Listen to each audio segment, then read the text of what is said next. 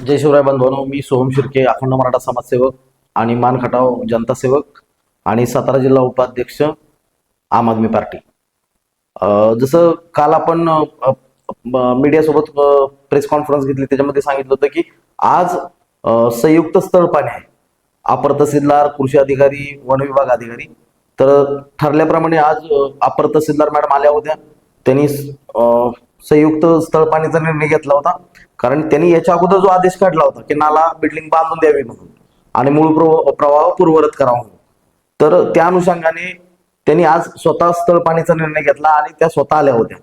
तर स्थळ पाणीमध्ये त्यांना लक्षात आलं की खरोखरच नाला बांध हा तुटलेला आहे आणि शेतकऱ्यांचं जे पाणी वरून जे फॉरेस्ट विभागातून येत होतं त्या नाला बिल्डिंग मध्ये थांबायचं आणि हळूहळू करून ते तलावपर्यंत जायचं. तर ते कुठंतरी डिस्टर्ब झालंय, त्या पाण्याचा प्रवाह बदलला गेलाय. तर त्या अनुषंगाने त्यांनी येऊन आज पूर्ण स्थळ पाहणी केली आणि पुन्हा एकदा पंचनामा केला. तर त्यांनी जो निर्णय घेतलाय याच्या अगोदर की नालाबांध बांधून द्यावा आणि मूळ प्रवाह पूर्ववत करावा, तो अतिशय योग्य निर्णय आहे आणि हे त्यांच्या पण लक्षात आलंय. कारण फॉरेस्टचं एवढं मोठ्या प्रमाणावरती पाणी येत होतं आणि ते थांबायला जागा कुठलीच नाही. त्याच्या खाली डायरेक्ट एक नाला बिल्डिंग आहे आणि त्याच्यानंतर तलाव आहे. तर त्या अनुषंगाने त्यांनी घेतलेला निर्णय हा अतिशय योग्य आहे. नाला बिल्डिंग ही बांधून घेतलीच पाहिजे आणि त्या हिशोबाने त्यांनी आता एक आठवड्याचा टाइम दिलाय सर्व शेतकऱ्यांना की आपापले जबाब द्या आणि त्या जबाबामध्ये की बाबा नाला बिल्डिंग बांधल्यानंतर पाणी कसं जाणार आहे खाली प्रवाह पकडून. तर प्रत्येकाने आपापला तो जबाब द्यायचा आणि कुठून पाणी काढून द्यायचं गेलं पाहिजे ते त्यांनी सांगायचंय. तर त्या हिशोबाने त्यांनी मंगळवारची त्यांना सगळ्यांना सांगितलंय की बाबा तुम्ही तुमचे जबाब घेऊन या. दुसरी गोष्ट, हा निर्णय अतिशय महत्वाचा निर्णय आहे. ह्या निर्णयाकडे अख्ख्या तालुक्याचं लक्ष आहे, कारण आपला मान तालुका हा दुष्काळी भाग आहे आणि दुष्काळी भाग असल्यामुळं इथं जलसंधारणाची कामं मोठ्या प्रमाणावरती झाली. स्वर्गीय सदाशिवराव पोळ तात्या यांच्या काळामध्ये मोठमोठ्या नाला बिल्डिंगी, मोठमोठे तलाव आणि बऱ्याच साऱ्या म्हणजे पाणी कसं थांबेल या योजना राबवल्या गेल्यात आणि त्याला गेले आता कुठल्या नाला बिल्डिंगला 30 वर्ष झालेत, कुठल्या नाला बिल्डिंगला 25 वर्ष झालेत. तर या पद्धतीनं याच्या अगोदर जे जलसंधारणाचे कामं झाले त्या माध्यमातून शेतकऱ्यांना उन्हाळ्यात शेतीमध्ये किंवा विहिरीमध्ये पाणी पाजर कसा फुटेल आणि शेतकऱ्यांना त्याचा उपयोग कसा होईल याच अनुषंगानं ते प्रकल्प राबवले गेले होते. आणि जर ही नाला बिल्डिंग बांधली तर पूर्ण मान तालुक्यातील शेतकऱ्यांना किंवा ज्यांच्या गटामध्ये नाला बिल्डिंग आहे किंवा तलाव आहे त्यांना हा मेसेज जाणार आहे की विदाऊट शासनाची परमिशन किंवा ग्रामपंचायती परमिशन न घेता नाला बिल्डिंग तोडणं हे कायद्याने गुन्हा आहे.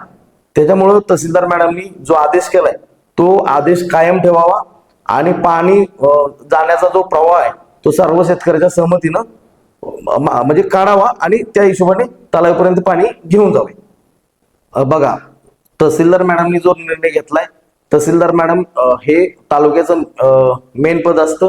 त्यांनी निर्णय एकट्याने नाही घेतला, त्यांनी अगोदर सगळे जेवढे पंचनामे ते सगळे बघितले. म्हणजे पहिला पंचनामा कृषी विभागाने केला, त्यांचा मंडलाधिकारी जाऊन केला. त्यांनी त्या पंचनाम्यामध्ये ते समक्ष जी घडली घटना ती त्याच्यामध्ये पंचनाम्यामध्ये लिहिली. त्याच्यानंतर जो वन विभागाने केला त्याचा पंचनामा त्यांनी बघितलाय. त्याच्यानंतर त्यांचा अपर तहसीलदार मॅडमचा मंडलाधिकारी त्यांनी स्वतः केला आणि त्यांनी स्थळ पाणी करून पंचनामा केलाय.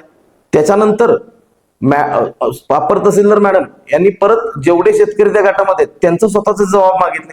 त्या स्वतःच्या जबाबामध्ये सुद्धा प्रत्येक ज्यांनी नाला बिल्डिंग तोडली त्यांनी सुद्धा ते प्रत्यक्षात लिहिले की आम्ही नाला बिल्डिंग आमच्या वैयक्तिक शेती नीट करण्यासाठी तोडली गेली. तर त्यांच्या जबाबामध्ये आहे आणि ते सगळे जबाब आणि पंचनामे बघून हे प्रशासकीय अधिकारी व अपर तहसीलदार मॅडमनी नाला बिल्डिंग बांधण्याचा निर्णय घेतला.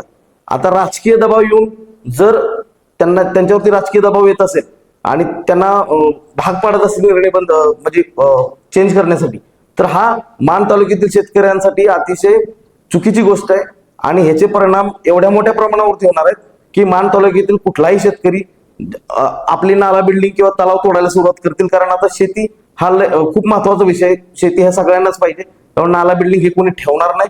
त्याच्यामुळे तहसीलदार मॅडम यांनी जो विचारपूर्वक निर्णय घेतला आणि त्यांनी नाला बिल्डिंग बांधून द्यावी हा निर्णय अगदी सगळ्या कागदपत्र, सगळे पंचनामे, सगळे जबाब बघूनच घेतला निर्णय. त्यामुळे त्यांचा निर्णय अतिशय योग्य आहे. आणि दुसरी गोष्ट, वरती त्या गटा 331 गटाला लागून वरती पूर्ण फॉरेस्ट क्षेत्र आहे. ते बघितलंय आता मॅडमने स्वतः येऊन बघितलं, वरच्या साईडला 3-4 नाला बिल्डिंग आहेत, त्या पण तुटल्यात फुटल्यात, कारण पाणी एवढ्या वेगाने येतं आणि तेच पाणी वेगाने येऊन त्या नाला बिल्डिंग मध्ये थांबायचं आणि तीच नाला बिल्डिंग तुटल्यामुळे आता शेतकऱ्याच्या शेतातली माती वाहून जाण्याचा धोका झालाय. आणि त्याच्यामुळे माझं त्यांना स्पष्ट आव्हान आहे की मॅडम, तुम्ही निर्णय जो घेतला तो अतिशय योग्य निर्णय होता आणि तोच निर्णय कायम राहिला पाहिजे आणि शेतकऱ्यांना न्याय दिला पाहिजे.